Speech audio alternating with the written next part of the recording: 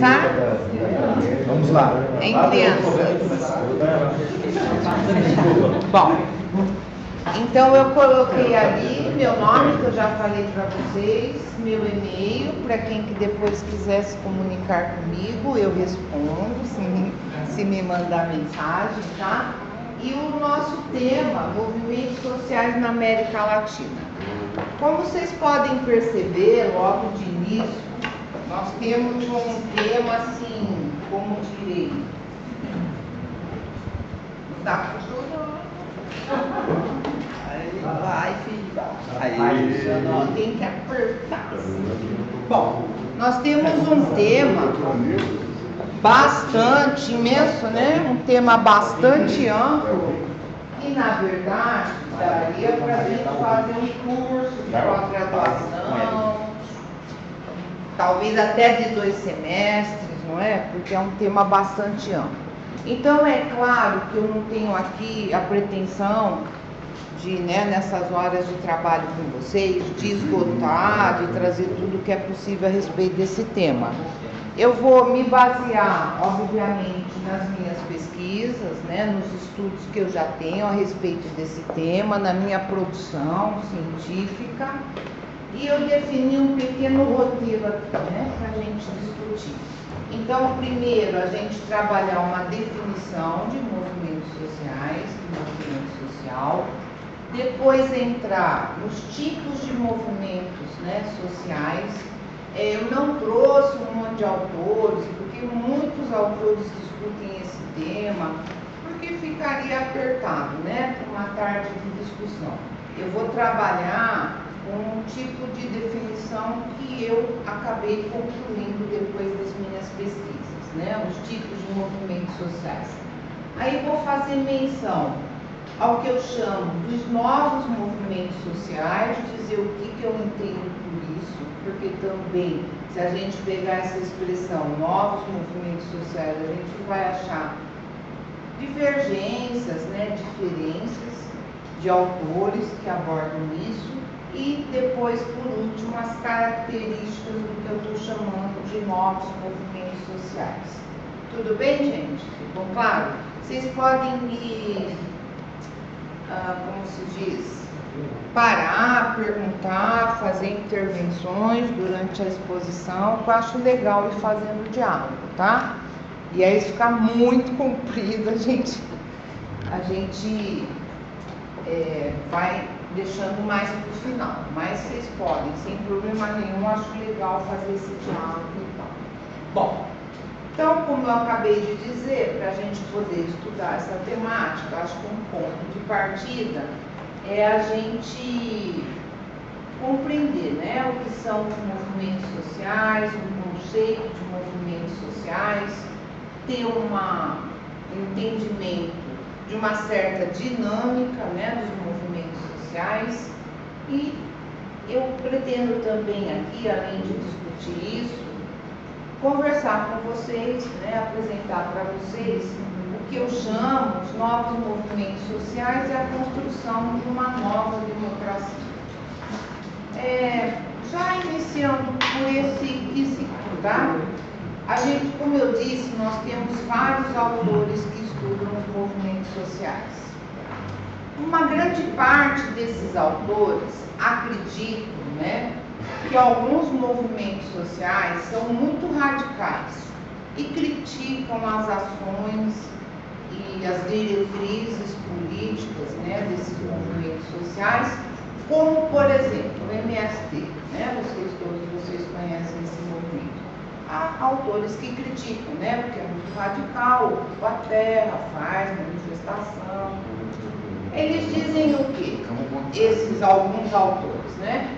Que é melhor a democracia republicana que a gente tem, então vamos ocupar os espaços possíveis no interior do Estado, os espaços possíveis dentro do Estado de Direito, que tudo isso eu penso é questionável para se discutir, será que tem mesmo os espaços que estão na lei, do que não ter nenhuma democracia, né?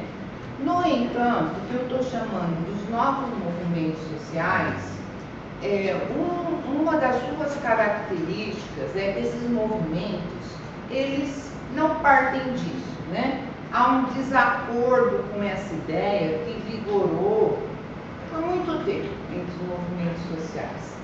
Eles vão tomar outras atitudes e outros caminhos, vamos dizer assim, para as suas ações. Mas nós vamos chegar lá, tá? Eu estou, por enquanto, assim, fazendo um pouquinho a história, né? Uma pequenina história dos movimentos sociais.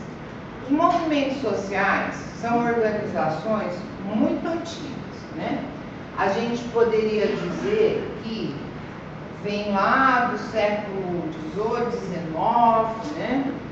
Ao mesmo tempo que o capitalismo, ele teve o seu desenvolvimento e, como vocês já devem ter visto em outras aulas, se modificou e se aprofundou a exploração do trabalhador, o trabalhador foi transformado, né, em trabalhador assalariado, perdeu seus meios de produção, etc.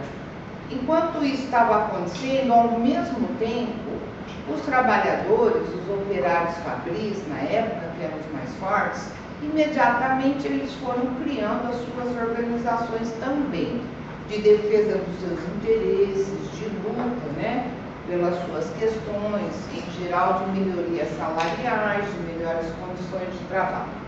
Então a gente tem duas organizações que foram criadas, na verdade mais algumas, né, além dos sindicatos e partidos, também as cooperativas e pelo menos um movimento social que foi criado em torno de 1820, 1830, que chama Movimento Cartista, que Lenin considerou o primeiro movimento social dos operários, dos trabalhadores, e que lutou muito, teve várias conquistas durante o período em que ele se manifestou, tinha muitos adeptos e tal. Mas vamos dizer que a grande influência em âmbito mundial, né, internacional, que os sindicatos e partidos de trabalhadores tiveram, né, durante a sua evolução, veio principalmente da Revolução Russa. Vocês já tiveram uma aula da Revolução Russa? Ainda não, né? Que pena, senão daria para... Mas tudo bem. Principalmente, né, claro, do partido que, vamos dizer assim, dirigiu a Revolução. Né? A Revolução foi feita pelos trabalhadores, mas havia vários partidos organizados. Quando eclodiu a Revolução Russa, o principal partido que dirigiu a Revolução, o Partido Bolchevique, que tinha toda uma ideia, uma tática de luta, e a principal delas, a chamada vanguarda do movimento operário. Vocês estão entendendo tudo que eu estou falando, gente? Se vocês não tiverem, vocês me param a pergunta, tá? Porque é chato que vocês sigam sem.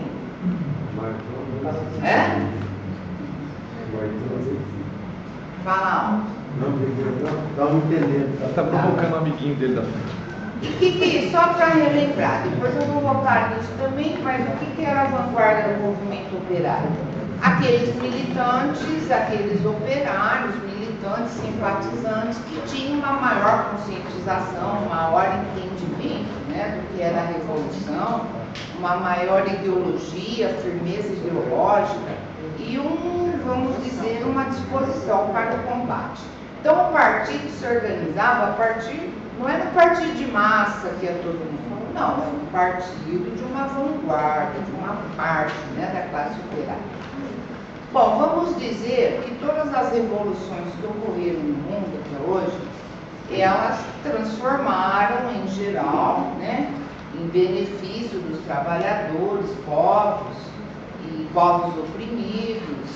Tanto as revoluções, como foi a Revolução Russa, que foi uma revolução socialista, e algumas outras poucas, né, socialistas, como as revoluções nacionalistas.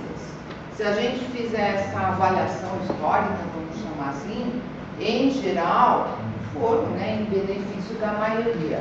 mas também, vamos dizer assim, um tipo de política, inclusive não só de tática, né, e de batalhas, de como se dirigir uma revolução, mas também de como fazer essa revolução permanecer. Essas ideias e práticas, não eram só ideias, né, foram práticas históricas, também demonstrou alguns limites, né?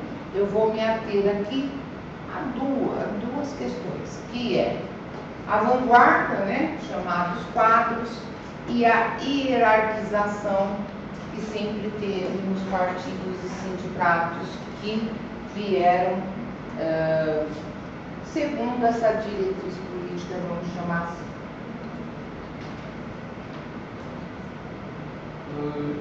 Vou dar uns cutucão aqui, hein?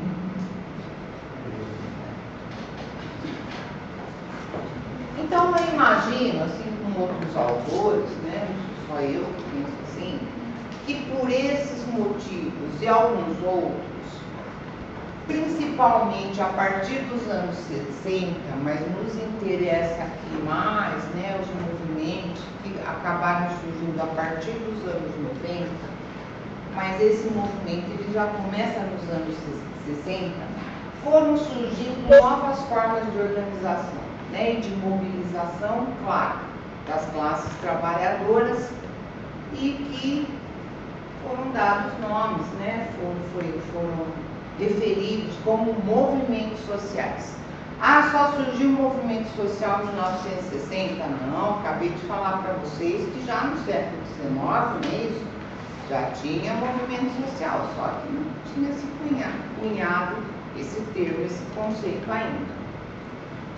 Há uma gama imensa, né, de organizações que a gente poderia chamar de movimentos sociais. Em princípio, a gente poderia dizer, movimento social é tudo aquilo que se move, né? Mas ali não pode ter uma definição tão ampla assim, a gente vai chegar numa definição. E como eu já anunciei no comecinho, eu vou usar, né, novos movimentos sociais, mas, por exemplo, eu cito aqui duas autoras, Alonso e Gon, a Glória Gon, que estudam há muitos anos movimentos sociais, etc. Eu não faço parte dessa filiação acadêmica a qual ela serve. Então, vocês podem encontrar em outros autores também esse termo, novos movimentos sociais, mas eu trabalho com uma definição e características diferentes, por exemplo, dessas duas autoras que eu cito, porque elas são bem conhecidas, né, da temática. Então, vou fazer aqui um pouquinho com vocês, rápido, né? Um caminho que foi como eu comecei a pensar sobre isso mais profundamente, já estudava movimentos sociais, estudei o movimento de educação, professores, estudantil, nos anos 97, 98, movimento docente, depois dos anos 2001, 2002, comecei a estudar o MST e daí, né, fui estudando os movimentos sociais. Mas se a gente pegar assim, dos anos 90 em diante, por que os anos 90? Porque foi quando, principalmente na América Latina, que é o que nos interessa, se aprofundou nos vários países, em todos a gente pode dizer, a implantação das políticas neoliberais. Não é assim? As conjunturas desses vários países acabaram ficando muito mais complexas, com conflitos e contradições muito mais complexas. Por um lado, né, os governos arrochando o máximo possível os trabalhadores e, por outro, também teve a reação dos trabalhadores, né? Por isso que eu estou pegando essa fase. E, por conta dessas conjunturas, muitos movimentos sociais surgiram. Alguns deles, como no Brasil, porque a gente, um pouquinho diferente da maioria dos países da América Latina, a gente teve um grande movimento de democratização do país nos anos 80, né? Então, no nosso caso, até alguns movimentos surgiram na década 80, mas se a gente pegar mais a América Latina, dos anos 90 para cá. E esses movimentos que surgiram dessa época para frente, não todos, gente, mas vamos dizer aqueles mais interessantes, eles foram rejeitando aquela forma tradicional de se organizar que eu acabei de fazer menção, que veio das experiências, vamos dizer assim, dos partidos de esquerda. E promovendo modificações na sua forma de se organizar e principalmente na sua forma de tomar decisões. Eu acho isso bem interessante e importante. Peguei essas questões aqui, para ressaltar para vocês. Então, forma de deliberação. Em geral, tanto nos sindicatos como nos partidos e movimentos mais antigos, a forma de deliberação é, em geral, tudo bem, tem assembleia, reunião geral, mas vamos dizer que no cotidiano, na maior parte do tempo, quem delibera são as diretorias eleitas. Então, esses movimentos, eles acabaram modificando, O que, obviamente, tem a ligação estreita com a distribuição do poder. O que eu quero dizer com isso? O que eu chamo novos movimentos sociais tentam fazer um grande esforço para que a distribuição do poder seja horizontal e não vertical, como em geral, no tradicional das organizações ocorre. Então, uma distribuição do poder igualitária ou mais igualitária possível, Promovem, vamos dizer assim, ressaltam bastante a participação direta. O que isso tem de diferente com o que a gente conhece? O que vocês entendem por participação direta, já que vocês não estão abrindo a boca? Só para respirar. O que é participação direta? Na forma tradicional é só voto. Da forma tradicional é só voto. E a gente vota em quem? Num representante, não é isso? Então, a forma tradicional a gente chama de representativa. Há autores como o Bob, por exemplo, não me feriu, não gosto muito, mas um autor muito lido sobre democracia, que ele justifica isso dizendo o seguinte: bom, se é um grupinho pequeno, tudo bem participação direta, mas se são grandes grupos, não tem como fazer participação direta. Tem que eleger representantes. Será que isso é assim mesmo? Será que essa ideia é correta ou é uma ideia liberal que também tem os seus pressupostos e tem as suas consequências, vamos chamar assim? Para a gente pensar, tá? Então, isso é uma questão bastante importante. O que significa a participação direta? Significa que cada um representa a si mesmo e tem o seu voto, se é numa assembleia, se é numa reunião geral. Não há aqueles intermediários chamados representantes que vão me representar e, em geral, os representantes não representam a parcela que eles estão em nome da parcela, representa a si mesmo, etc. Basta a gente ver como funciona o parlamento, não é só no Brasil, no mundo. Professor, o conceito tradicional é centralismo democrático. Não. Centralismo democrático é outra coisa, Sim, o conceito tradicional que você está colocando é uma horizontalidade, mas... Sim, você está falando do Partido Bolchevique. Isso. Centralismo democrático, vamos dizer que é toda uma discussão do porquê o Comitê Central vai lá, decide e baixa para as bases e as bases aplicam, não é isso? Sim ou não? Não. Tudo bem, eu não estou nem assim questionando, tá? O partido, eu acho que há muitos questionamentos dos partidos do sindicato, principalmente dos partidos, mas eu não vi até hoje ninguém inventar uma nova organização que possa substituir o partido. né? Então, uma discussão longa e tal.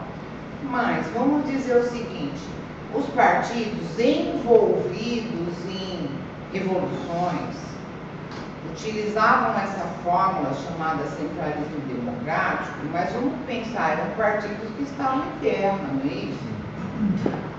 Não dá para, no meio da Revolução Russa, fazer uma assembleia com o povo, vamos ver o que a gente vai fazer, isso daí não, né? Agora, a gente está falando aqui de funcionamento das organizações no cotidiano.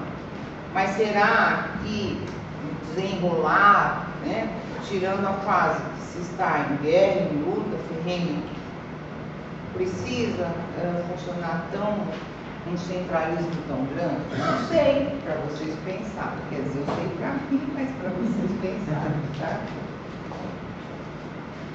Tem alguém? Vocês são de sindicatos, movimentos? Então? Ótimo, só cobra, criança. Se vocês resolverem falar comigo, né? Bom, né? Tem hora? Ó, então vamos ver aqui. Aquilo lá foi um prólogo, vamos dizer assim. Então agora vamos entrar naquele esqueminha que eu mostrei para vocês e ver uma definição. Movimentos sociais, vamos dizer que é uma definição que serve para gregos e troianos. Uma definição mais geral, né? Então, é uma expressão que é utilizada, né? Não só mais nos trabalhos científicos, porque a mídia já usa outros termos, né? Mas para denominar organizações, isso aqui é importante, ó, estruturadas, porque também a gente não pode considerar movimento social, reúne lá no momento da conjuntura, dá um nome, faz manifestações e volta, acaba. É um movimento social, mas, né, a gente pode estudar aquele episódio, mas não tem uma continuidade e tal. Muitos movimentos não têm uma continuidade, né, isso também é verdadeiro. Vai disponibilizar os slides? Fala muito mais alto. Vai disponibilizar os slides? Depois eu converso com vocês, se vocês quiserem.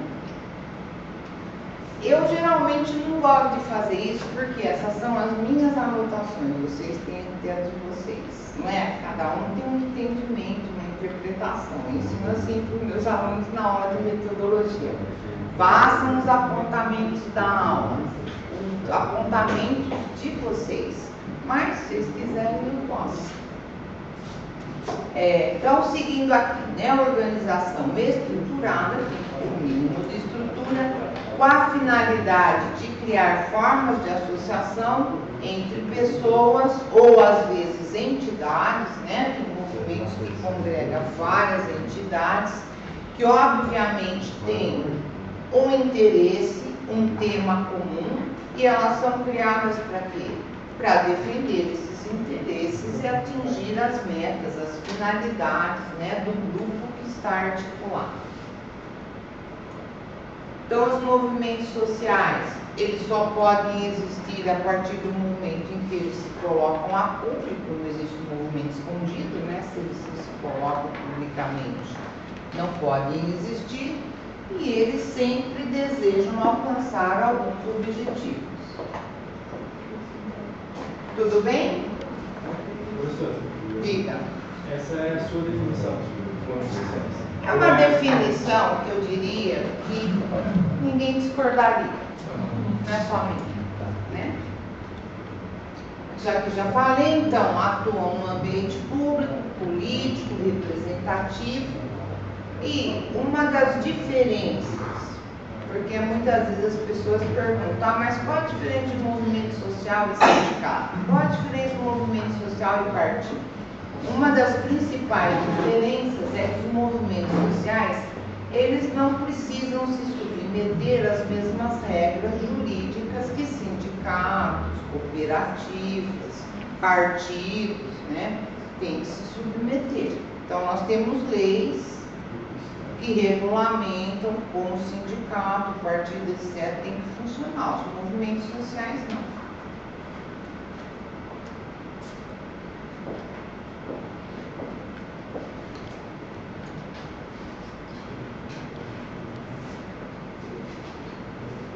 Então, aqui um resuminho, tá? Movimentos sociais são formas de ação coletiva com algum grau de organização. Isso aí resumiria. Fica aquela minha frase, é tudo que se move. Eu vou apresentar aqui duas visões sobre movimentos sociais. Pensando nas produções científicas de autores que estudam, tá?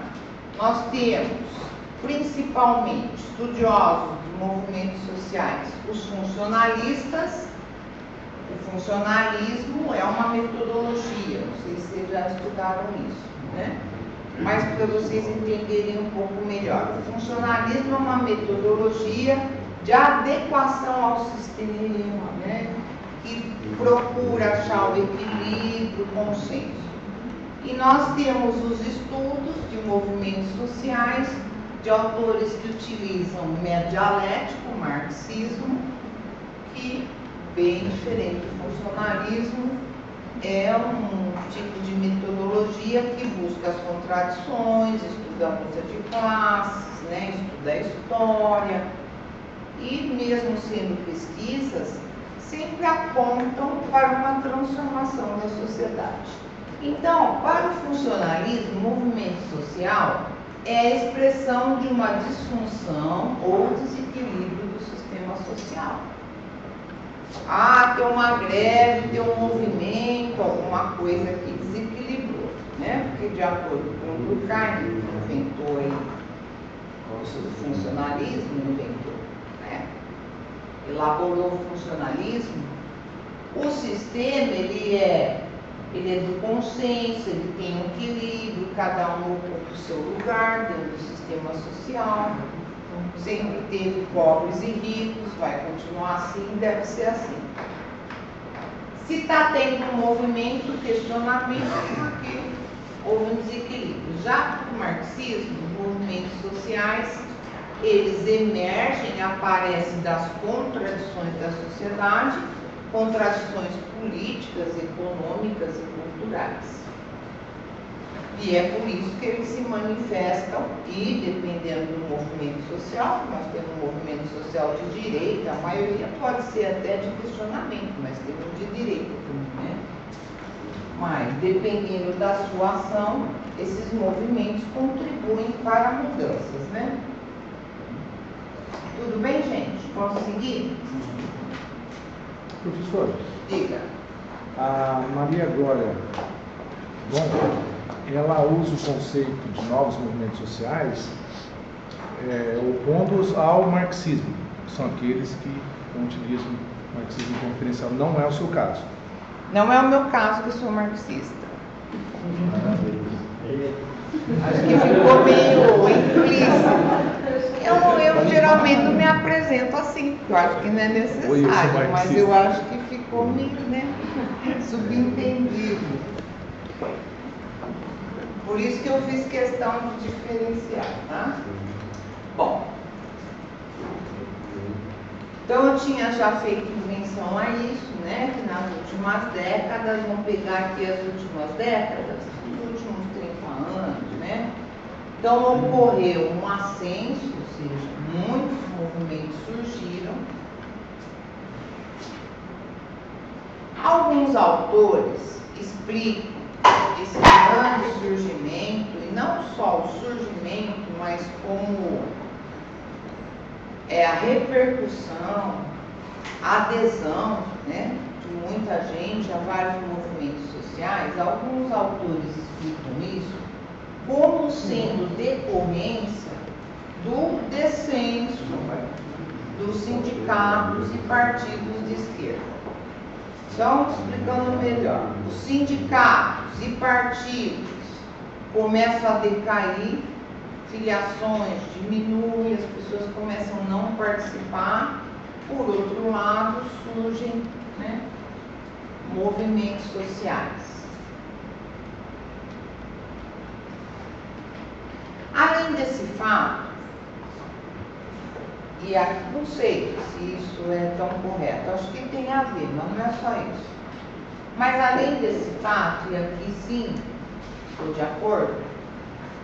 O que eu estou chamando de novos movimentos sociais, eles vão se ater a temáticas, problemáticas, questionamentos sociais diferenciados, né? E aí sim eu acho que tem muito a ver. Por que eles surgem? Temáticas e problemáticas que tradicionalmente nem os partidos nem os sindicatos davam conta. Porque os partidos tinham sempre dois objetivos principais: alcançar o poder, né? E um projeto de mudança da sociedade, por bem e por mal, falando em geral de qualquer partido. E os sindicatos, em geral, eles vão lutar por melhorias econômicas, né? Maior salário, condições melhores de trabalho, mas um mundo muitíssimo mais amplo que isso, há muitas outras questões. Então, por exemplo, exclusão histórica das populações indígenas, né? A questão da mulher na sociedade, a discriminação, violência contra a mulher, a questão do meio ambiente, degradação, exploração. Então, eu acho que um dos mais fortes motivos do porquê os movimentos sociais foram crescendo é para dar conta, mais especificamente, dessas temáticas. No entanto, gente, quando eu estou estudando, né, o que eu estou chamando de novos movimentos sociais, eu não me preocupo, não me atenho tanto a qual tipo de temática ou problemática que esses movimentos estão levando à frente. O que os move, vamos dizer assim, né? Mas o que eu acho que é importante, que a gente deve estudar, aprofundar, é a forma como eles se organizam e a forma como eles funcionam. Então, vou destacar de novo, né, dois aspectos que eu acho muito importante, que é a democracia direta e a horizontalidade do poder.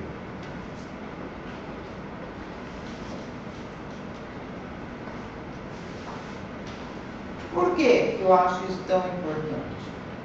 Porque eu acredito que se a gente quer mudar, nem que seja fazer reformas no mundo ou mudar, se a gente não ampliar a democracia, não tem por onde. E se as pessoas não participam diretamente, com oportunidade de se conscientizar, de ter ações diretas e de ter poder de decisão, isso não desenvolve também, né? Então, eu acho esses dois características bastante importantes. Voltando um pouco, eu disse que eu voltaria. O que eu estou chamando de tradicional, depois vocês vão ver lá os tipos, né, de movimentos sociais, uma pequena classificação que eu faço. Aqui, tradicional não é no pejorativo, tá? Aquilo que não serve, tradicional, não é isso. É tradicional por quê? Porque vem desde que a classe operária foi criada, né?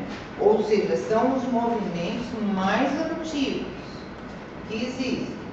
Então, o tradicional a gente poderia resumir no movimento dos trabalhadores operário popular, né? O movimento operário popular, como muitos autores usam esse termo. Os principais, como a gente já viu, né? Sindicalismo, os partidos socialistas, comunistas, os conselhos de fábrica, as cooperativas de trabalhadores. Tudo isso foi crescendo, alguns desde o século XIX, outros no começo do século XX. E como eu já expliquei aqui, esse movimento ele cresceu com a influência, né, dos bolcheviques, e que tinha que ter mesmo uma revolução vitoriosa, como foi a Revolução Russa, se não influenciar o mundo todo, que vai influenciar, né? Mas com a ideia da vanguarda da classe operária e o partido de quadros. Deixa eu explicar melhor o que eu entendo por quadros. Mudou? Então, o movimento operário popular, historicamente, ele cresceu assim, tá? Com a formação dos quadros. O que é isso? Com a formação das lideranças, tá certo? Ele não forma novas lideranças, o que acontece? As velhas ficam lá por fora. Mas, também aqui, né, experiência histórica. Bom, primeiro vamos ver o que é que são os quadros. Os quadros são dirigentes que são escolhidos pelas bases, pelas massas, geralmente eleitos. Por que eles são escolhidos? Porque são pessoas que se sobressaem, que têm talentos políticos, que sabem falar mais, que têm uma compreensão mais apurada da conjuntura, que têm ideias, né, de táticas de luta, o que nós vamos fazer. Todo mundo já passou por essa experiência, né? Nem que seja no movimento estudantil, no movimento trabalhador, no movimento de mulheres. Mas, em geral, e aqui a experiência histórica que mostra, com o passar do tempo, uma parte desses chamados quadros gostam do poder. E aí o que acontece? O cara fica 20 anos, 30 anos se elegendo para presidente do sindicato. Aí, essa prática contínua, não tem como, vai criando vícios. Não estou falando daqueles dirigentes que são corruptos, que são... Não é isso que eu estou falando, embora existam. Estou falando daqueles bem intencionados, que se doam, que acreditam no propósito, trabalham. Mas só isso não basta, né? Acabam centralizando as decisões, porque a pessoa já tem tanta experiência que ela sempre vai achar que ela e o grupo ali, assessor, sabe o melhor caminho, né? Isso vai virando um dia a dia, assim, uma coisa corriqueira, adquirem vícios. Como eu disse, eu não estou falando de aquelas pessoas que roubam o sindicato a pronto. Não, pessoas íntegras. Será que esses dirigentes são melhores do que o resto dos trabalhadores, no sentido de ganhar mais dinheiro, se a pessoa for honesta? O que vocês acham? Não, né? Repete a pergunta, por favor. Será que as pessoas se acomodam, gostam, né, de ter esse tipo de cargo, essa participação, como eu disse, se elegem, reelegem, continuam disputando eleições para permanecer no poder, porque tem muitos benefícios econômicos, por exemplo? Ou qual outro? Em tese deveria ser, não, mas às vezes que acontece? Ó, falando do honesto, já separei, não é? Se o cara tá lá para roubar, é outra ala. Não estou falando dessa ala, estou falando dos honestos. Olha, professor, de certa forma cai um pouco naquela discussão que a gente tem com relação ao capitalismo, tá? Tem o monopólio, ou seja, no caso aí, monopólio de discurso, monopólio de decisões e tudo mais, e eles acabam brincando, exemplificando. Não é dinheiro, né? Não. Mas é o exercício do poder. Exato. Eles um manifesto na quinta-feira, as mesmas pessoas que no início da década de 80 eu via fazendo discurso, estavam lá. Sabe? É como se houvesse assim um hiato gigantesco entre a minha geração, né? E a geração nova, que felizmente está vindo agora, né? Os jovens todos ali. E parece que a nossa geração falhou nesse sentido aí, ou foi mal intencionada, sabe? No sentido de não conseguir criar pontes para que surgissem novas lideranças. Ou seja, então fica um pouco aquela reflexão, sabe? Incompetência nossa, ou assim, mera sacanagem de certos dirigentes que se agarraram ao poder, aparelharam aqueles onde eles estavam, né, o sindicato, de modo que hoje a gente pode até mapear assim e saber certinho, cada sindicato pertence a qual pessoa, sabe? Nossa, ó, Que é esse cara extremamente- pertence a pessoas. Exato. Que é uma coisa extremamente sensível. Tá, eu acabei. É nos seus nomes, tá, gente? Então, Marinho. Marinho. João. Professora, a professora falou, aí eu vim aqui e coloquei um círculo para lembrar de manhã. Tá? Mais ou menos isso que o professor falou. As pessoas. O professor da manhã. José Claudinei Lombardi. Claudinei Lombardi. Ele só conseguiu dar uma introdução na aula. As pessoas não ultrapassam as normas hegemônicas, né, padrões, eu não sei dessa forma, do seu tempo e sociedade apenas com o senso comum. Como é que é? As pessoas não ultrapassam as normas hegemônicas, as normas padrões, do seu tempo e sociedade apenas com o senso comum. Certinho. Então aí a gente já começa com um problema para a gente chegar aí. A outra coisa foi que a professora agora disse mais ou menos isso, se não for isso, não for. Um pequeno grupo passa a achar que são suficientes para encontrar a solução. Aí eu faço um parágrafo e coloco o que eu penso.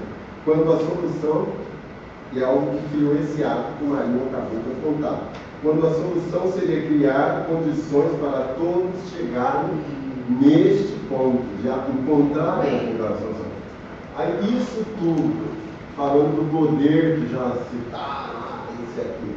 A gente tem que analisar o contexto, por exemplo, do sindicato. E daí eu só vou deixar uma pergunta. Porque eu vejo muito isso como um grande problema do ser sindicalista e deixar de ser sindicalista, não estou nem falando que rouba.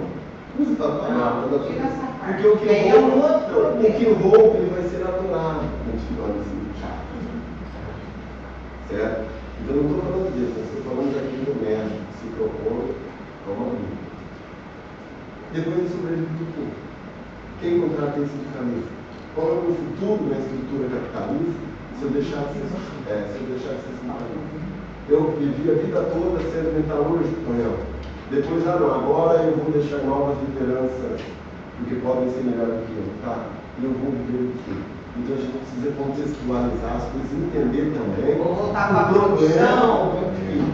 Não, o problema não é voltar para a produção, porque pode Às ser que ele vezes adore ser. Às vezes é, sabe? Pode ser, mas o problema Vou explicar. principal é quem vai me deixar voltar para a produção. Sim, também tem isso. Sabe por que às vezes o problema é voltar para a produção ou voltar para a sala de aula, né? Existem sindicatos de todos os segmentos. Porque aqui pode não ter vantagem econômica direta, vamos dizer assim, tá? O presidente tem um salário excelente para ser presidente do sindicato, em geral isso não existe, né? A pessoa está ali ainda fica sem dormir, trabalha, tem conflito, tem, né, um monte de coisa. Não segue a carreira. Não segue a carreira muitas vezes, mas também vira meio de vida, né? Nesses casos. E é a opção da pessoa também. Eu tenho uns colegas assim, tá 30 anos na universidade, não conseguiu nem fazer o doutorado, mas também virou um pouco. Bom, mas vamos tirar essas partes. Mas tem vantagens? Tem sim. Quais são as vantagens? Essa pessoa, em primeiro lugar, ou essas pessoas, né, que geralmente é um quadro de dirigentes, tem acesso às informações privilegiadas no momento, né, mais premente. Participam de reuniões, viajam para representar as organizações. Muitas vezes viaja não só no país, vai para o exterior, ou seja, tem um mundo de experiências que enriquecem as pessoas. Vocês estão de acordo comigo? Leem coisas diferentes, discutem com outras pessoas, né, de um nível mais elevado do ponto de vista cultural, não quanto valor de pessoa, não é disso que eu estou falando. Isso tudo, vamos dizer, além da influência nas bases, né, poder de decisão. Mas isso tudo cria um capital cultural, vamos chamar assim, a qual as pessoas se apegam. Ah, mas eu estou 20 anos aqui, agora eu vou voltar para a fábrica, vamos dizer que o salário aumenta. E não vou mais viajar, não vou mais, né, participar de reuniões, não vou representar, vou ter que fazer máquina aqui. Por isso que uma das coisas, depois a gente vai ver, dos novos movimentos sociais é o seguinte, ó, rotatividade, 3 meses você fica ali e cai fora. Eu não pensei nisso. Primeiro. Segundo, para que um grande número de pessoas tenha oportunidade de ter essas experiências, não só 1, 2, 3, né? Mas chegaremos lá. Se a gente tem muito mais gente que é obrigada a pensar, porque todo mundo tem que decidir, é dever, não é direito. No MST, por exemplo, é dever participar, tem que ir na Assembleia, tem que votar, tem que pensar, não é direito. A gente acostumou a ver isso como um direito, é um direito, porque vamos dizer que a República, né, o movimento republicano arrancou isso do antigo regime à força, né? Revolução Francesa e toda uma luta. Por quê? Porque o povo não tinha direito nenhum, nem de eleger e nem de ser eleito. Então isso foi arrancado, é um direito. Mas é mais que um direito se a gente pensar na evolução humana, na evolução de todos, no crescimento da consciência de todos. Ou vamos ficar, como disse o professor Claudinei, no senso comum. Na mídia, quem faz a cabeça das pessoas é a Globo Lixo. Diferente, né, o pensamento, não é? Não sei se eu acho que eu não te respondi, mas depois você volta por... Não, eu só coloquei que para a gente emitir esse juízo, a gente também precisa entender as dificuldades até para superar isso. Sim. Porque se a gente ficar... porque tem o outro lado, eu estou entendendo o que você quer dizer, embora você não tenha dito assim. Por outro lado, as pessoas não querem participar, não querem responsabilidade de ser representante, de ser presidente, não querem, principalmente no dia de hoje, né?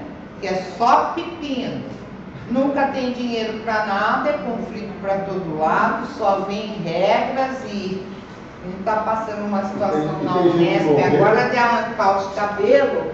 E quem que quer ir lá representar, ficar brigando, se confrontando, estou falando da minha, né, do meu segmento, mas os outros parecidos, com o patrão ou com o reitor, fazendo assembleia, escrevendo panfleto, também tem esse lado. Aí quem está ali já tem mais, fica você mesmo, não vai sair, tá ótimo.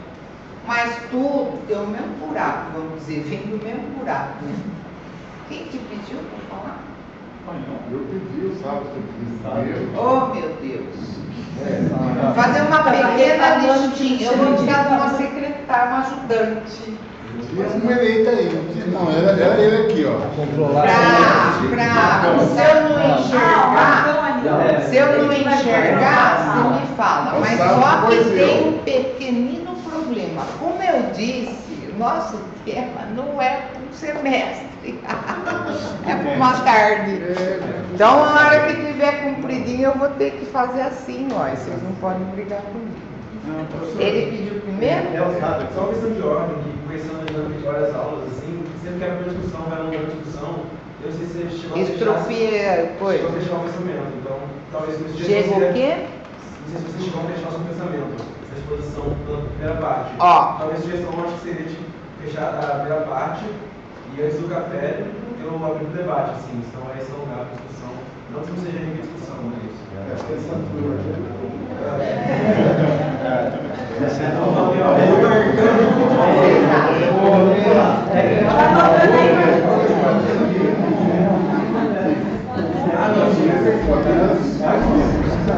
Como que é? Sim, eu disse, eu gosto, porque se eu chegar aqui, falar 2, 3, 4 horas e ninguém me fala nada, eu vou pra minha casa e me suicido. Todo de produção, porque eu não mexi nada com vocês, vocês não tem nada pra falar pra mim. Vou chorar. Agora, vocês estão falando, eu já estou gostando. Deixa eu falar, porque senão Agora, ele não pode falar muito, porque como ele disse ali, felizmente nós temos prazo. Mas fala.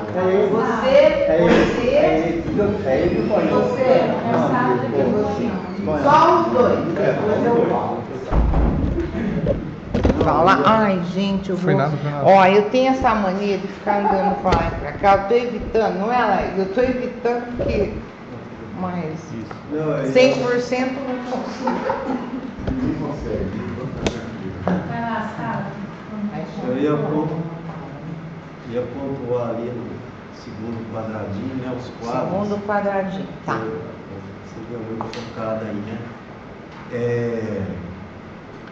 No caso aí, ou nesse item, é a transformação, né, que os quadros ou as lideranças sofrem nessa, é como se fosse uma ascensão na vida dele.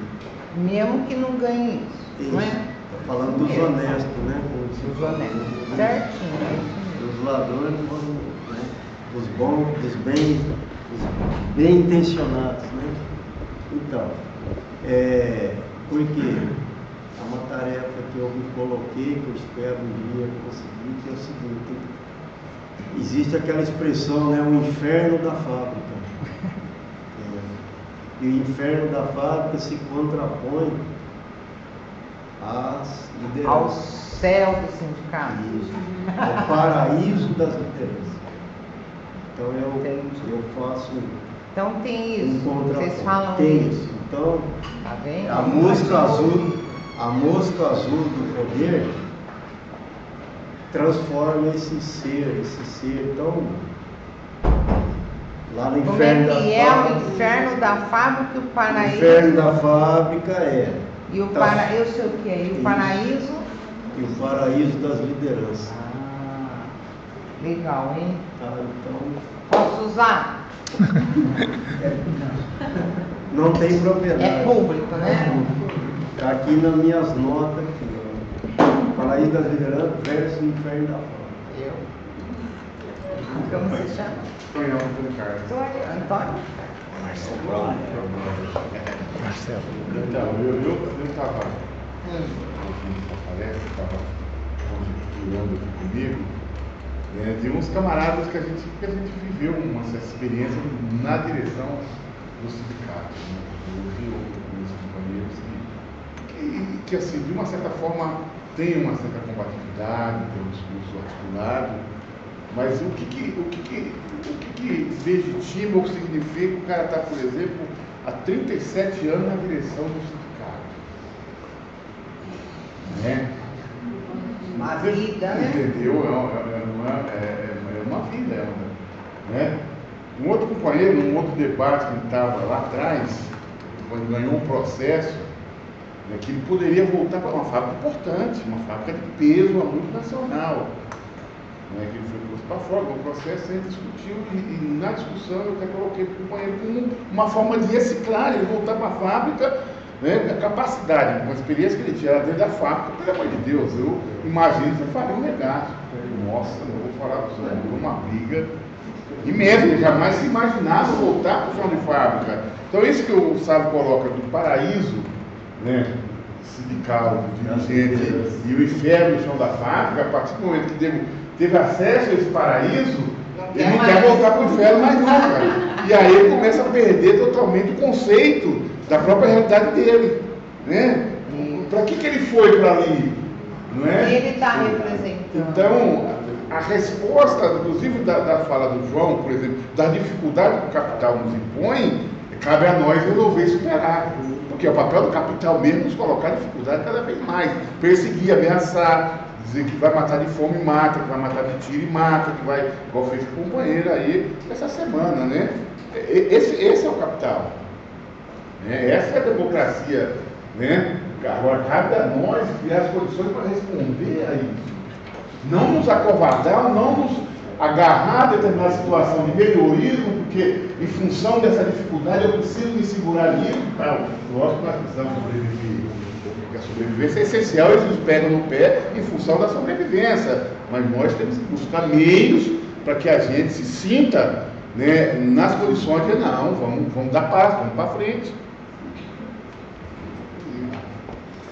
Bom, eu posso fazer uma pergunta? A gente é convidado só os dois.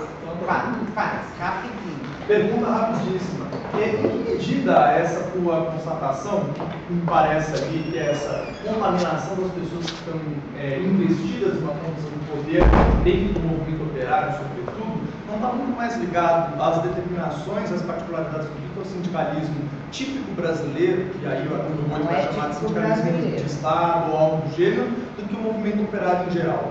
Quando a gente pega o movimento operário em geral, tem uma certa experiência, por exemplo, que vão pautar uma lógica de representatividade naquilo que parece profundamente democrático, como a possibilidade de revogabilidade de mandatos, né, a qualquer tempo daqueles que estão investidos nessa condição institucional e que nem sempre precisam ter uma legitimação propriamente legal. Talvez possa estar relacionado com esses outros dois termos que você Quantos levantou. sindicatos vocês conhecem que a massa derrubou a liderança?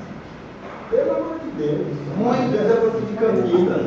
Os caras passaram o voto de metade da força de trabalho. Mas seria assim, 10%. Não derrubou. É Metade muito da base. raro, não é? Transporte. É motorista e cobrador, 99%. Quem Eu conheço muito posso falar de Muito raro, não é? Foi uma realidade única que eu conheço nos anos 80 para cá, aonde a massa, a categoria derrubou a direção do fato. Um movimento totalmente contra a ordem. Mas muito difícil. É muito difícil. Mas não é uma particularidade do sindicalismo burocratizado pela unidade sindical, pela monorepresentatividade, pela contribuição sindical. Ó, eu não estou falando de particularidades do sindicalismo brasileiro, porque eu não acredito nisso. Como eu falei no começo, essa é uma forma, uma diretriz que foi, vamos dizer, influenciou todos, quando eu falo sindicato, estou falando sindicato brasileiro só, estou falando sindicato enquanto organização de representação de trabalhadores. No mundo inteiro, partidos no mundo inteiro. Uma influência que veio, vamos dizer, né, do partido bolchevique, mas claro, isso adquiriu uma prática histórica que também já não tem nada a ver com os bolcheviques, porque eles iam para a luta para fazer a revolução, muito diferente do que fazem hoje os partidos de esquerda, e o sindicato não foi criado para isso, né? Não é... Eu quis tirar essa parte, tá? Corrupção, a questão... sei lá, em algum país tem sindicatos mais combativos, outros menos, não particularidades, mas no geral. Por quê? A gente está falando de América Latina, não é isso? Não estou falando do Brasil. A gente observou isso na maioria dos países da América Latina. Depois vocês vão ver quantos países eu estudei. Mas se a gente pegar outros países, nós vamos ver também semelhanças, né? Embora o que nos interessa aqui é a América Latina. Gente, deixa eu continuar um pouquinho, senão de fato a gente vai ficar apertado para terminar. Eu acho às vezes que a discussão é mais importante até do que eu ficar falando aqui minhas ideias, mas eu tenho que apresentar pelo menos o mínimo que eu trouxe, né? Bom, então, tudo isso que nós falamos, parece, né, que isso que eu estou chamando de novos movimentos sociais, eles questionam essa postura, tá? Esse tipo de organização e funcionamento, e eles propõem, não só do ponto de vista teórico, pensar, mas na prática, uma organização um pouco diferente dessa.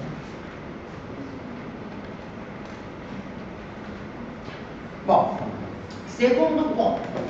Depois a gente volta nisso, mas já eu vou querer colocar exemplos concretos de dois movimentos sociais para ver como funciona isso. Tipos de movimentos sociais. Como eu disse, gente, eu vou chamar a atenção de novo. isso não é uma classificação, porque eu não sou weberiana, já contei que sou marxista, mas vamos dizer, né, eu dividi, para a gente compreender melhor, em 3 os tipos de movimentos sociais. Apareceram em épocas diferentes, mas não quer dizer que eles não convivam totalmente na atualidade.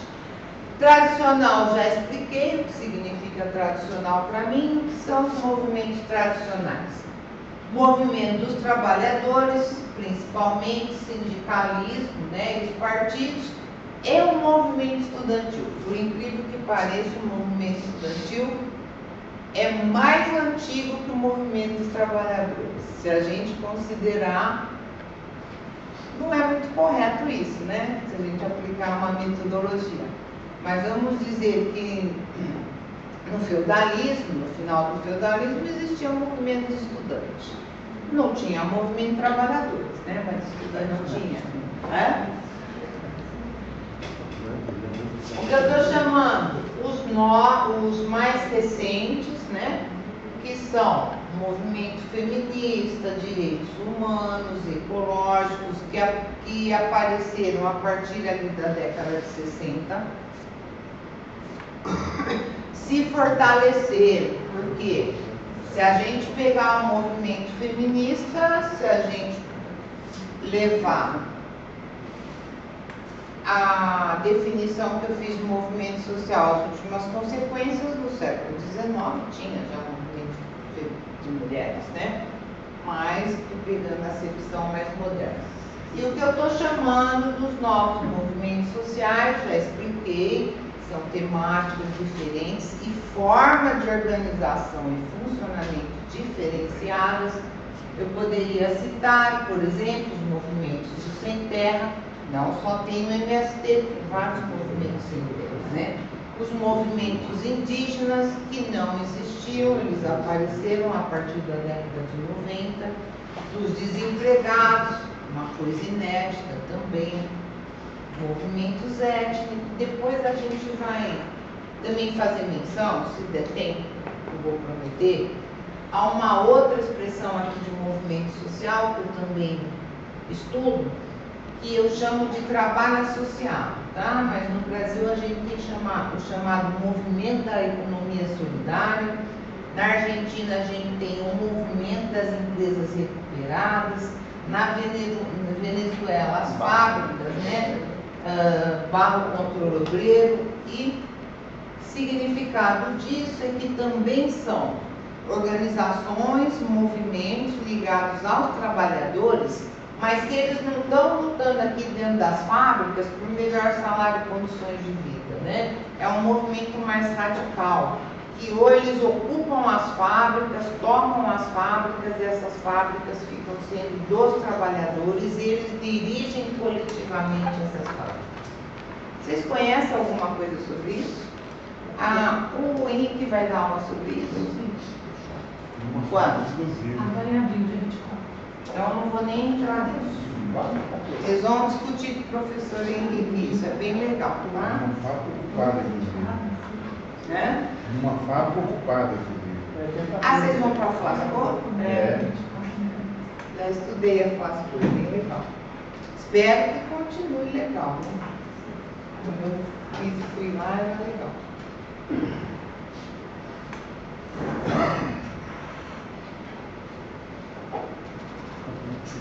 Bom, então aqui retomando, vocês estão vendo que eu falo umas coisas lá na frente, puxo de novo, né, para ficar. Como eu já disse, tem muitos movimentos sociais na América Latina. Em especial na Argentina, Brasil, Bolívia, Chile, Equador, México, Paraguai, Uruguai e Venezuela. Tem 2 ex-equadoras aqui, né? Vamos perceber. Mais ou menos os países que eu estudei, tá? Eu estudei Cuba também, mas Cuba é outra categoria que não dá para pôr. Bom, claro que eu não tenho o objetivo de apresentar aqui para vocês tudo que tem em cada país, por isso que a aula chama um panorama, né? Então eu vou apresentar assim, de forma rápida, um pequeno panorama, mas mais tentando mostrar assim, né, as principais organizações, movimentos que tem em cada país e aqueles que tiver um impacto maior, a gente fazer algum comentário. Tudo bem, gente? Deu para entender? Faça. Só antes de entrar nisso, posso explicar só uma questão? Assim? Pode. Enfim, uma menina vai falar. Depois da sua primeira parte e das intervenções, agora nesse final, quando você coloca as classificações, eu tenho uma sensação, até estudei já um tanto assim, sobre movimentos sociais, categorias, e eu tenho a impressão de que a diferença do que seriam velhos movimentos, novos movimentos sociais, ela não estaria estritamente relacionada à forma de organização, mais hierárquica ou horizontalizada necessariamente. Para você. Então, só concluir o raciocínio, assim, porque Pra a mim minha... é ao contrário. Então, eu só queria colocar, por exemplo, a tese que a gente conhece da realidade brasileira, que a gente pode dizer que a gente conhece mais, né? Da organização, por exemplo, de movimentos de luta por terra ou por moradia, por exemplo. Muitos deles com nítida e explícita orientação leninista, maoísta, com estruturas organizadas de maneira, o próprio MST, o próprio MTST. Não é verdade, você não conhece. Eu conheço bem, digamos que eu conheço bem. Pelo menos não que eu conheço. Então, eu acho que é isso. MST, não. Não sou do MST, mas eu já estive lado a lado com companheiros por muito tempo. Movimento, Eu sou do movimento feminista, sou do partido político, sou dos sindicatos, né, de professores. Então, acho que eu passado, infelizmente, não. Estive na Função Popular, estou hoje no PSOL. Mas assim, o que eu acho não é só assim, para concluir um pouco do meu raciocínio mesmo. Me dá a impressão de que, eu tenho a impressão de que existem novos movimentos sociais mais centralizados e menos centralizados. Né? Mais democráticos, mesmo que tem o centralismo democrático como princípio ou não, assim como partidos políticos e tal. Só para concluir mesmo, eu tenho a sensação que um elemento definidor do que seria velhos e novos movimentos sociais é a própria transformação dos padrões de acumulação do capitalismo. Então, por exemplo, novos movimentos sociais surgem com as transformações do mundo do trabalho e as próprias demandas, por exemplo, de lutas por reconhecimento ou de outras pautas econômicas como moradia, terra, com as conquistas de direitos sociais em realidades como a latino-americana. Então, eu tenho a sensação que não é apenas uma questão de... Não estou dizendo que também não sejam, claro, né? Os velhos movimentos, eles estavam muito mais enraizados numa forma de organização. Os novos movimentos trazem novas formas também. Mas eu acho que a conceituação de velhos e novos movimentos está muito mais atrelada às pautas e às transformações no padrão de acumulação do capital do que propriamente a forma pura e simplesmente. Não, por isso eu acho complicada até a contraposição. Assim. Como se chama? Carla, entendi sua ideia. Mas vou reafirmar de novo que é, para mim, novos movimentos sociais. E por que eu fui estudar os movimentos que eu estudo? Por conta, principalmente, da forma de organização, como o poder é distribuído, não porque estuda a mulher ou porque estuda a terra. E como eles se organizam, inclusive como organizam a produção, que é uma coisa que eu não entrei ainda, mas que eu acho assim... Há movimentos diferenciados e o que eu observei nas minhas várias pesquisas é que esses movimentos diferenciados, que são mais horizontais, que têm uma democracia direta, uma forma diferente de distribuição do poder, são aqueles que também fazem a sua própria produção, o que não é nada comum. Vamos dizer que 95% dos movimentos sociais não organizam a produção. Então, esses que eu tive interesse e esses que eu estou chamando de novos movimentos sociais. O que você falou, tem alguns autores que, né, defendem essa sua ideia. Movimento feminista? Não. Não seria um movimento? Não está lá nos mais recentes? Coloquei lá.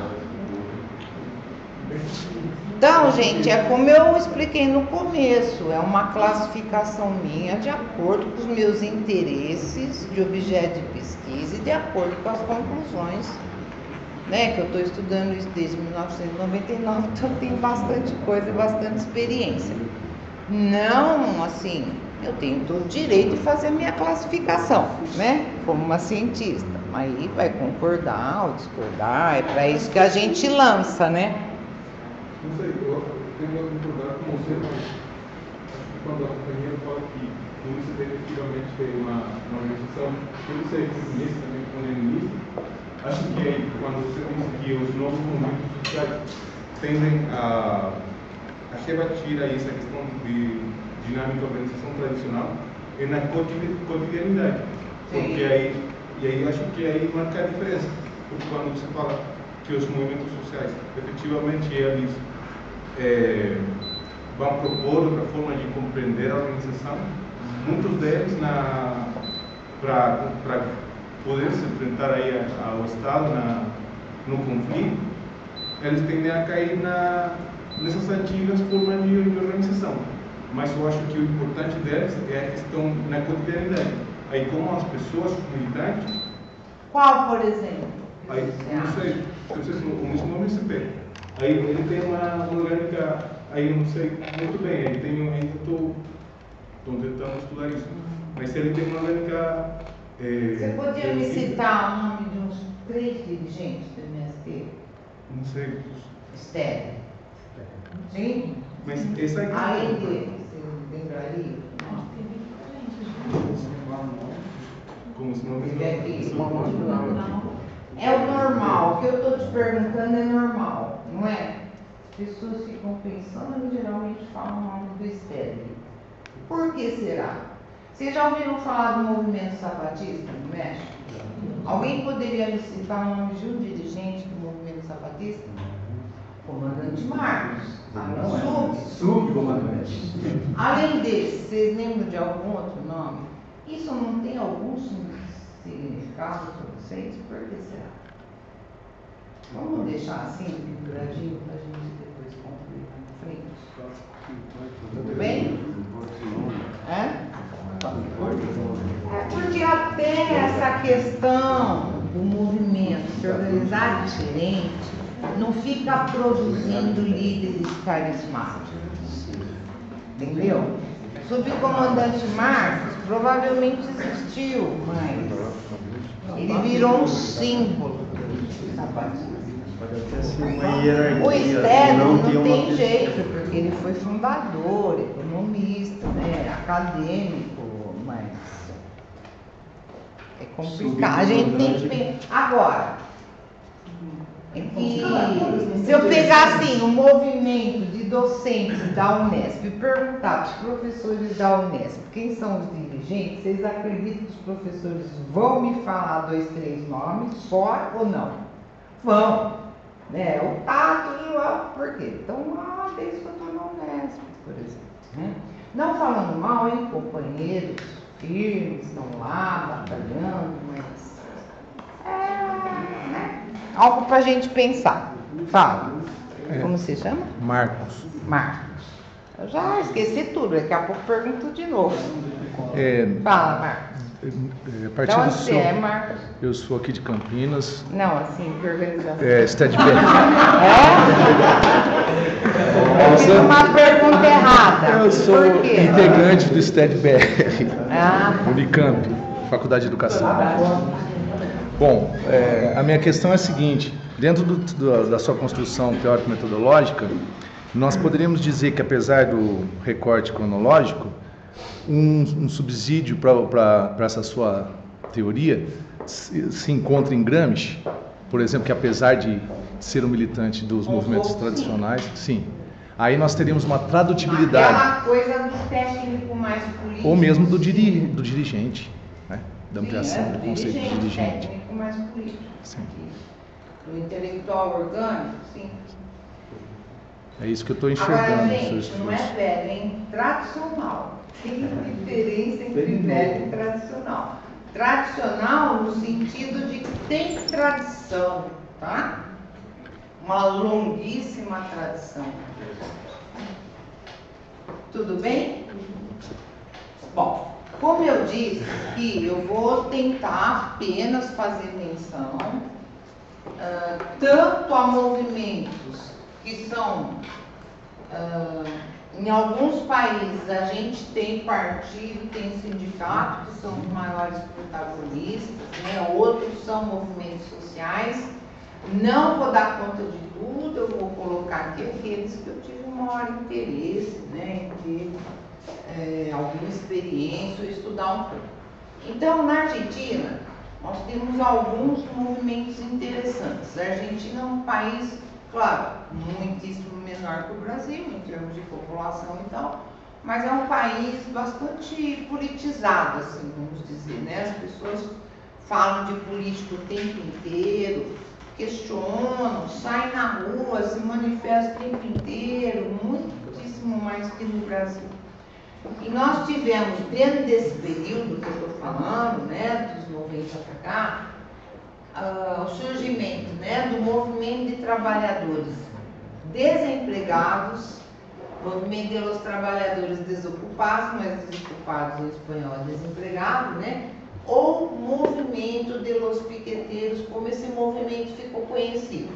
Ele foi criado em 97 e esse nome, né, que eles adquiriram, dos piqueteiros, é porque o principal protesto, desempregado, vai fazer greve, vai fazer, né, eles tinham que ter uma forma de ação que pudesse ter algum impacto público perante a sociedade.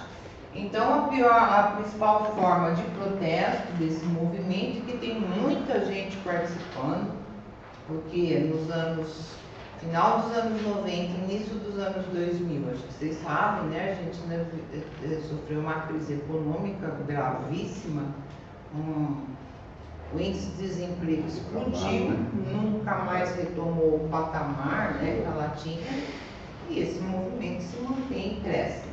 Eles fazem barricadas, né, nas estradas nacionais e principais vias, fecham, criam, e eles se organizam por meio de assembleias, né? Eles têm uma democracia direta, são independentes de partidos do Estado, não se relacionam, né? Mas tem muitas relações com outros movimentos e entidades sindicais.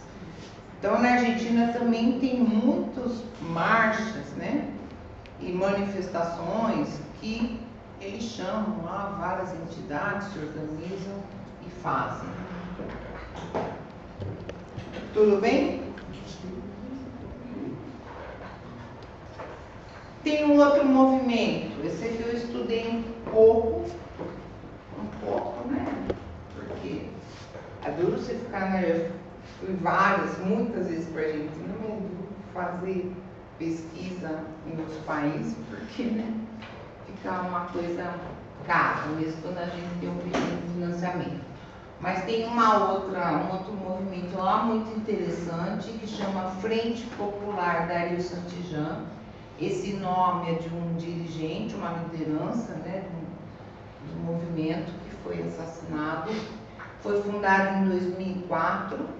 E esse movimento, o próprio nome diz, Frente Popular, apareceu assim, a partir da organização de várias outras organizações. Então, participa da frente o movimento dos piqueteiros, alguns movimentos de trabalhadores rurais, eles chamam movimentos campesinos, de estudantes, de trabalhadores, né, de fábrica. Ele tem uma grande expressão em vários estados, né, da Argentina, se reivindica socialista e autônomo do estado, de partidos políticos, e tem território. Quando eu falar isso, gente, tem território, é porque, por isso eu me interessei em estudar um pouco esse movimento, é porque o movimento organiza a produção, tá? Vocês entendem quando eu falo assim, organiza a produção? Ou é um movimento de fábricas, ou é um movimento como o MST, né, de assentamentos. No caso aqui é de território urbano, né, eles ocupam certos espaços urbanos, prédios que estão em desuso, metades de praças, e organizam oficinas de trabalho, né, etc. E o movimento das fábricas recuperadas, que eu já falei uma palavrinha, mas depois o Henrique vai trabalhar especificamente com vocês, tá? Eu também estudei bastante isso na Argentina, né? Acho que eu fui umas 4 vezes, conheço várias fábricas recuperadas lá, tem um livro sobre isso, mas é do Henrique. No Brasil, nós também temos vários movimentos sociais. O movimento feminino, feminista tem expressão, é legal, né, no Brasil, direito do participo, direitos humanos, mas eu vou aqui destacar nos últimos tempos aqueles que mais tiveram um impacto, assim, né? O MST não tem como, né? Porque hoje é considerado um dos maiores movimentos da América Latina, conhecido internacionalmente. O movimento que teve, vai e volta, mas teve uma bastante importante, né, de ocupação de escolas e universidades, que a gente teve 3 e 2 anos atrás, bastante forte, e outros que são interessantes, né, o movimento sem teto, que a Carla falou, de trabalho associado, economia solidária, que eu também abordei, e que depois vocês vão aprofundar um pouco. Depois eu vou voltar um pouco no MST, tá? No Chile foi um país que teve uma das ditaduras militares todas foram terríveis, né, na América Latina. Mas a do Chile foi uma das piores, vamos dizer assim. Com maior destruição, né, dos movimentos de trabalhadores, dos movimentos sociais. E a reconstrução dos movimentos no Chile, depois que a ditadura caiu, ela foi devagar, continua meio devagar. Então, a gente não encontra assim, vários movimentos sociais que têm um impacto social, político, né? Com destaque para 2 movimentos, tá? O indígena, dos Mapuches, eles participam, né, do Conselho Interregional dos Mapuches, foi criado em 93, esse é o nome da organização deles, tá? E o movimento estudantil do Chile, que é um dos mais antigos da América Latina, sem dúvida o mais atuante da América Latina, num país em que não existe escola pública. Agora que começou a se discutir o ensino superior, a última vez que eu tive no Chile, 3 anos atrás, talvez, no segundo dia que eu estava lá, primeiro que eu fui para um evento, né, eu participo de um comitê internacional chamado PROCOAS, da Associação das Universidades do Grupo Montevidéu, e a gente faz a nossa reunião anual, cada vez em um país que participa, né, em uma universidade. E esse ano foi no Chile. A gente ia fazer, ele só tem uma universidade grande assim, né? A gente ia fazer uma universidade, mas os estudantes logo nos avisaram que eles iam ocupar a universidade para a gente não fazer lá, porque no Chile os conflitos são qualquer movimento, o conflito é muito grande, porque apesar da ditadura militar ter acabado, vamos dizer assim, os governos eleitos, que se dizem democraticamente eleitos, precisamos discutir se é democrático ou não, mas os governos eleitos, eles acabaram mantendo a mesma estrutura E a mesma polícia da época da ditadura, né? Uma polícia muito violenta, muitíssimo violenta. Então, na segunda-feira, eu vi, né, presenciei de ontem, porque uma manifestação dos Mapuches na rua e a polícia desceu o pau. E na terça, o movimento estudantil saiu na rua e é assim, uma guerra, né? Porque eles enfrentam a polícia. Com pedras, eles apanham, a polícia vai com aqueles canhões de água, vocês já viram? E os meninos saem rolando assim, sabe? Eles voltam, E depois disso eu fui entrevistar alguns estudantes, porque eu também estudei um pouco o movimento estudantil chileno, e eu falei, gente, eu vi, né, as imagens na TV e tudo, não fui, Mapuche eu fui ver, né, mas o menino não dá para vocês, porque é muito violento. E vi acontecer isso, aquilo, e eles falaram, a gente está acostumado, assim mesmo, a gente apanha, eles vai, assim, como se fosse uma coisa normal, sabe? E é terrível. Quando eu fui para lá, tinha uma universidade que estava 2 anos em greve, quer dizer. E assim, a polícia é ostensiva, né? Eles andam sempre em dupla ou em grupo, em cavalos ou com cães lindos, mas desse tamanho assim, é uma coisa que todo lugar que você vai, entra nas praças com os cavalos, as pessoas saem tudo correndo, é muito horrível, eu odiei isso. Bom, Equador. Equador foi um país que elegeu lá um governo popular, né, há uns tempos atrás, e lá uma das organizações, acho que a mais forte que tem, é a Confederação de Nacionalidades Indígenas do Equador, CONAIE, foi criada em 86. Ela é a principal, né, organização que estabelece as articulações do conflito indígena. Essa organização ela é independente do Estado, partido e outras organizações, mas se articula com outros movimentos, inclusive da América Latina. Foi essa organização que levantou, né, elaborou esse tema que é muito utilizado nas organizações indígenas dos vários países da América Latina. Nada solo para os índios, né? Virou um lema, inclusive do Conselho Regional, que pega várias organizações indígenas de vários países da América Latina. Ele emergiu como um conflito de caráter indígena, porque em geral é a questão das terras, né, que são recorrentemente em todos os países roubadas dos indígenas, mas se transformou num movimento que luta, né, contra o neoliberalismo e bastante forte.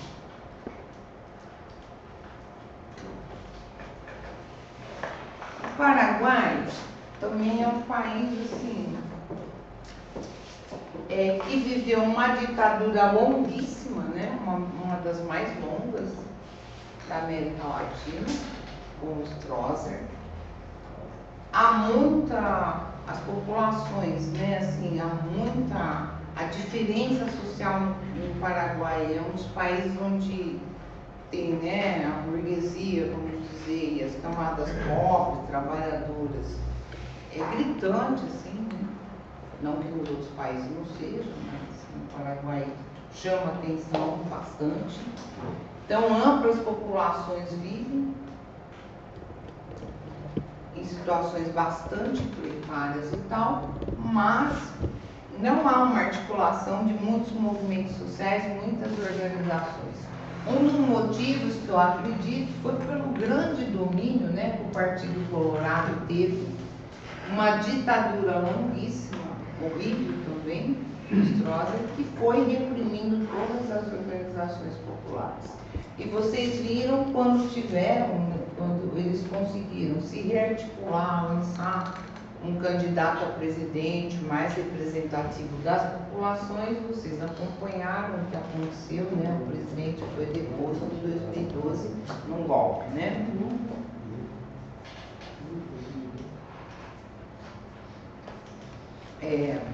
Vou contar só uma coisinha aqui, que eu acho que é interessante, né?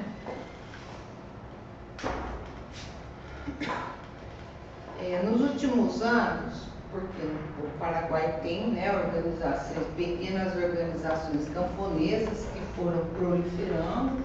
As mais importantes são essas duas, né, o Movimento Campesino Paraguai e a Assembleia Permanente dos Campesinos Sem Terra. Dado a gravidade da crise também que se passa lá, e eu acompanhei um pouco, né, um massacre, né, vamos chamar assim, mais que massacre, né, porque 50 pessoas foram assassinadas. Você tem uma região ali, inclusive, que faz divisa com o Brasil, onde os camponeses foram expulsos das suas terras, inclusive com fazendeiros brasileiros, né? E onde há uma zona de conflito permanente. E eles ocuparam essa área, né? Vamos dizer assim, uma quantidade grande, né, de camponeses, e não teve dúvida, né? A polícia, e principalmente jagunços, pessoas contratadas pelos grandes fazendeiros, promoveram nessa região, né, de Curuguati, uma chacina, mataram 50 pessoas. Eu achei inacreditável que não saiu uma notinha desse tamanhico no jornal brasileiro, tá ali do lado, né, como se não tivesse acontecido. E lá você tem também a chamada Mesa Coordenadora Nacional, né, de organizações campesinas, que se articula com o movimento sindical.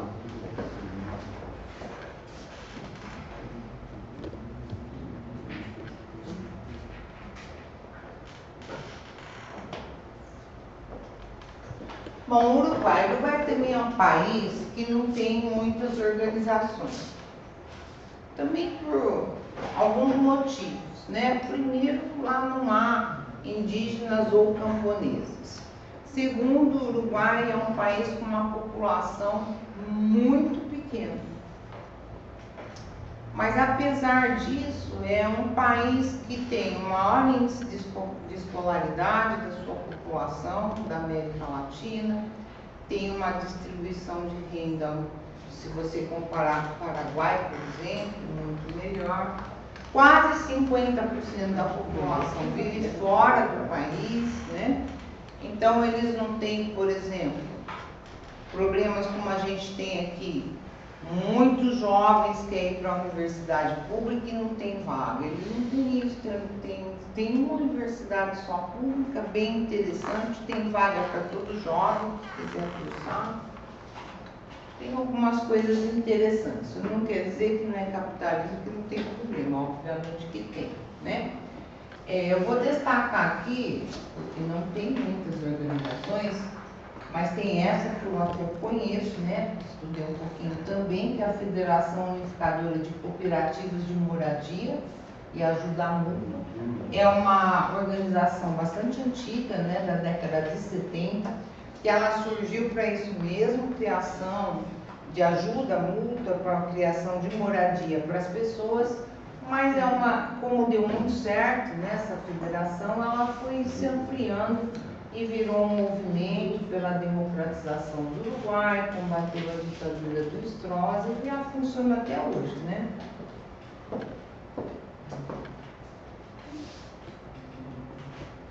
Bom, a Venezuela teve um período bastante interessante quando Chávez foi eleito. Então, com criação de muitas cooperativas, com a criação da missão Volver Caras, né, que incluía também um trabalho educacional para a população. Nesse período também ocorreram a estatização de algumas empresas, outras foram ocupadas e conseguiram a estatização. Tivemos também algumas empresas ocupadas, as chamadas Barro Controle Obreiro, e é daí que vem a Flasco, a ideia da Flasco, seguiu um pouquinho, né? Alguém falou algo? Desculpa. Seguiu um pouco essa ideia e foi criado lá um movimento bolivariano. No entanto, vocês devem acompanhar também pela mídia, né, as grandes dificuldades, a luta de classes aberta que está corrente na Venezuela desde que o Chávez assumiu. Tentativas de golpe um atrás do outro. Há conjecturas se ele não foi assassinado, várias questões, né? E é claro, a burguesia ali luta recorrentemente para voltar ao poder, não é por qualquer motivo, mas pelo motivo de que a Venezuela tem petróleo, né? Inclusive há indícios de que dentre os planos de invasão dos Estados Unidos, dos vários que ele já promoveu, Iraque, Iraque, Afeganistão, estaria, se eles não conseguirem, né, derrubar o atual presidente, estaria a invasão da Venezuela. Eu não estou confirmando, né? Eu estou vendendo peixe do jeito que eu recebi. No entanto, eu não acho nada maluco. Isso mesmo, os Estados Unidos faz programas de invasões no mundo, né? A Bolívia nós temos uma grande tradição, né, dos mineiros, que também, durante a ditadura, foram muito combatidos, assassinados, né, e etc. Mas as cooperativas dos mineiros, essas cooperativas, elas são de dois tipos, né? As cooperativas estatais, que têm vínculo com o Estado, com o governo, e as cooperativas que são dos trabalhadores, geridas pelos trabalhadores. Eu estudei essas cooperativas. E quando eu fui para lá, então, estudar as cooperativas deles, fiquei muito impressionada também, assim, né, com o movimento, somente dos mineiros. Foi uma época, logo após que o Evo tinha sido eleito, e ele começou, né, a implantar as medidas que fizeram parte do seu programa de eleição, e os mineiros tinham lá algumas reivindicações, né, e o Evo não estava atendendo muito. Então eles fizeram uma manifestação assim bastante grande, né, na praça, na rua e tal, e eles fizeram a manifestação tradicional deles, né? Eles estavam apoiando o Evo tudo, né? Mas eles fizeram pressionar um pouco para ter um diálogo maior.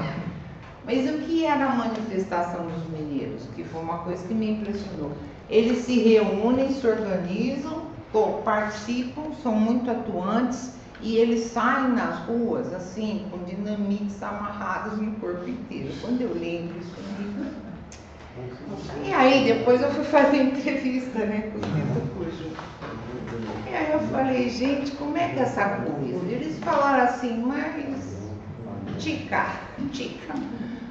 A gente está todo dia no meio das dinamites, aí mais um dia, menos dia, o treco não muda nada. Sim, mas pode explodir? Pode, lá embaixo também pode. Quer dizer, mais combatidos, né? Tem o movimento dos indígenas, do altiplano, principalmente do Mapuche, está errado aqui, troquei. O movimento andino, né, do altiplano, que vamos dizer levou a eleição do Evo, e a Bolívia também, talvez uma situação um pouco mais tranquila do que na Venezuela, mas é a mesma problemática, né? É toda uma luta da burguesia para retomar o controle total e tal, bastante difícil. E vem o México, é um dos países mais violentos do mundo, né? Uma das polícias mais corruptas e... falar corrupta é pouco para a polícia mexicana. Não que você não tenha problemas na polícia do mundo todo, como a gente tem no Brasil, gravíssimo, mas lá parece que a coisa... eles são bandidos institucionalizados, né? Sequestram, estupram. Sim. Bom, o principal movimento no México é o movimento zapatista.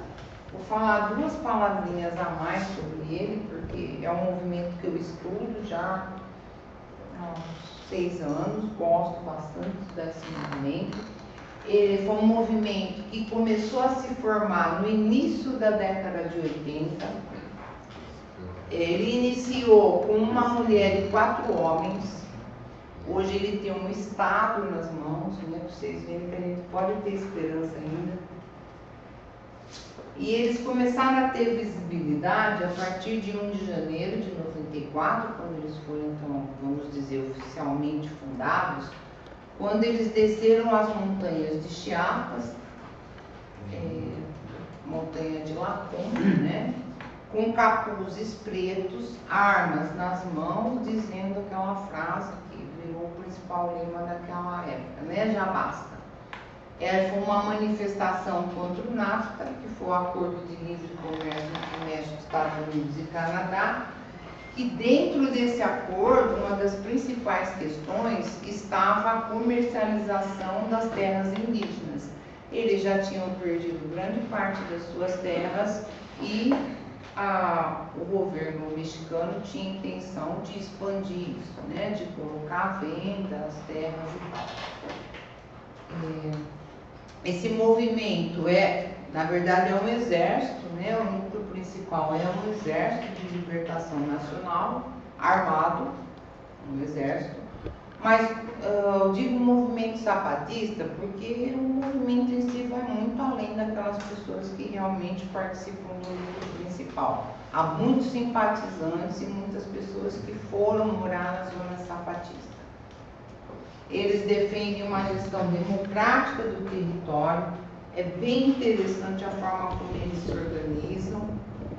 Eles tomaram um estado, né, que é o estado mais pobre do México, ou grande parte desse estado, chamado de território zapatista, autônomo, independente do estado, romperam completamente com o estado, criaram um sistema educacional próprio, um sistema de saúde próprio, tudo próprio. Eles não têm nenhum vínculo com o estado, a não ser conflitos. Eles organizaram, então, os chamados caracóis, né? Por que caracóis? Porque eles acreditam que a organização ela deve ser assim, né? Ou seja, todos vão participando de cima para baixo, de baixo para cima. Esses caracóis, eles aglutinam um determinado número de municípios e ali funciona uma administração daquela região, né? A saúde, a educação, a administração. A decisão é tomada em assembleias, né, das quais participam a população diretamente. Eles trabalham com terras coletivas, isso já é uma tradição indígena, não foi algo que eles criaram. Então eles têm a partilha da colheita, plantam juntos, trabalham juntos. E também tem a organização da produção, não só da terra, do trabalho da terra, mas eles também trabalham com cooperativas.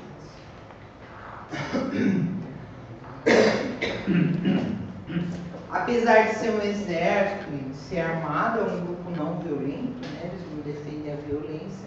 Eles têm esse nome porque vem da Revolução Mexicana, de Emílio Zapata. Isso aqui eu já falei, né? Principalmente as mulheres trabalham nas cooperativas, mas eles exportam café, mel, acho que as 2 maiores produções deles. Tudo isso eu já falei, esqueci de mudar o slide. Posso seguir, gente? Já.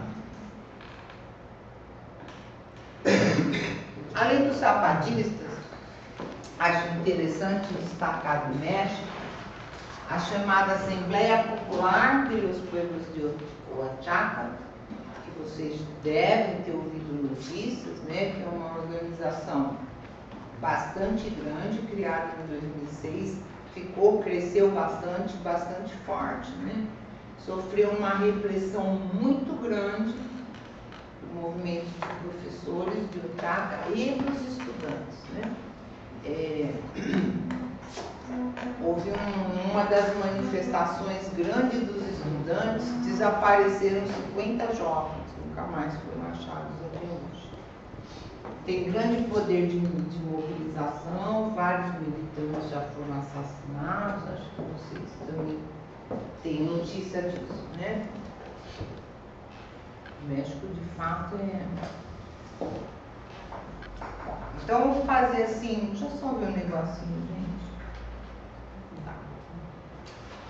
Então, como eu já tinha dito, né, porque alguém me perguntou algo, eu já adiantei isso, mas meu maior interesse de pesquisa, ele recaiu, então, sobre o MST e o movimento zapatista, né, porque além de ser os movimentos, os dois maiores movimentos da América Latina, conhecidos mundialmente, com influência e tal, eles são movimentos que têm algumas características, né, algumas peculiaridades que eu acho que são muito interessantes. Primeiro, eles têm um território,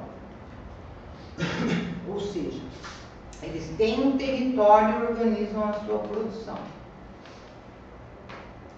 Não são, e portanto, são movimentos que têm uma grande chance, claro que isso depende da conjuntura, depende de tudo, mas são movimentos que têm uma grande chance de ter uma longa trajetória, né? Já que eles organizam a sobrevivência dos seus participantes militantes. Em geral, né? Com alguns assentamentos do MST tem terra coletiva, a maioria não, né? São, vamos dizer, lotes familiares, várias cooperativas, os dois movimentos trabalham com isso e buscam modificar as relações de trabalho, principalmente naqueles assentamentos, ou no caso dos zapatistas, onde a terra é coletiva e onde há cooperativas. Os dois possuem um sistema próprio educacional, vamos chamar assim, e funcionam tanto do ponto de vista político, como nas escolas e como na organização política dos assentamentos, acampamentos, e no caso dos zapatistas, dos caracoles, com a denominada gestão democrática, que é aquilo que eu um pouco disse, né? Horizontalidade, participação direta e etc. Vamos fazer um intervalo? Porque agora eu vou entrar num outro tópico, se bem que continua, tá? Vou discutir um pouquinho a relação dos movimentos sociais com o Estado. Vou seguir o exemplo dos dois aqui, que isso que é diferente, e depois eu vou entrar nas principais características dos movimentos. Tá bom. Tô correndo muito, entendeu? Uma corridinha. Agora eu quero